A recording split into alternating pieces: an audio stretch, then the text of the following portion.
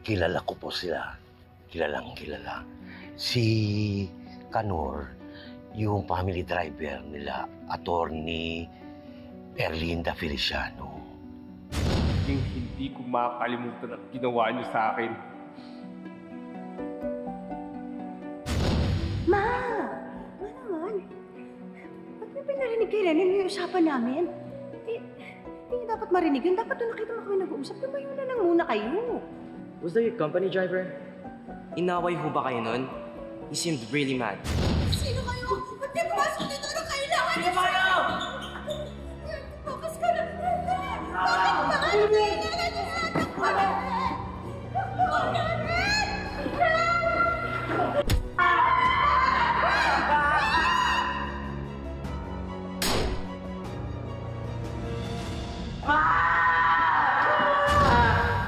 Mabait na tao si Kanor.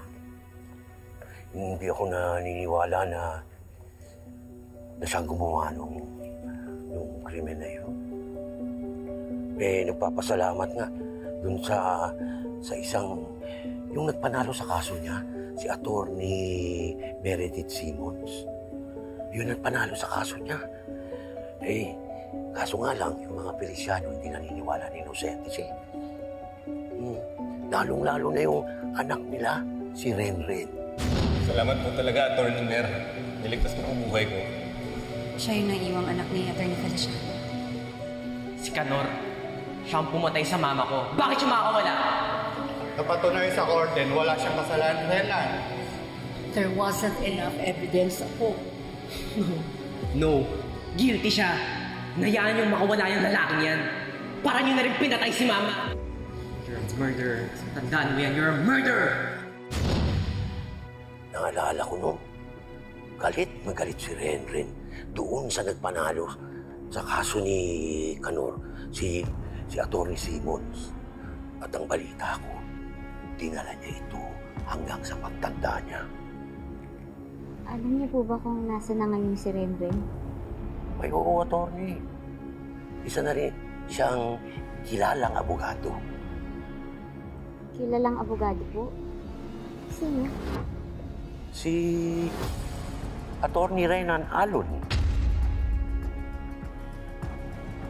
Kung ganun, andun siya kung saan nila tinago si Mama.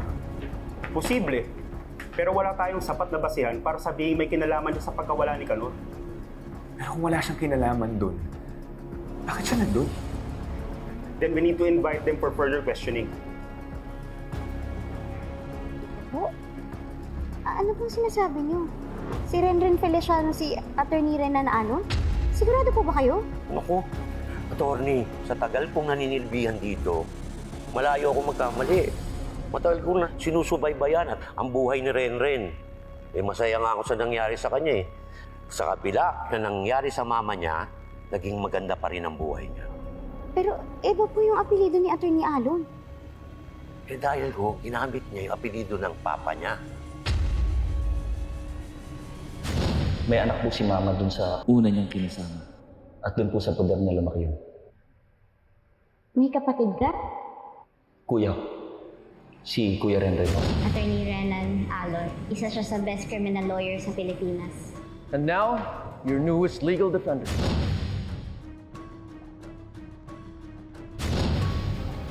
Sana nga, wala nang galit sa puso ni Renren kay Kanor sa taong pininiwalaan niyang pumaslang sa mama niya.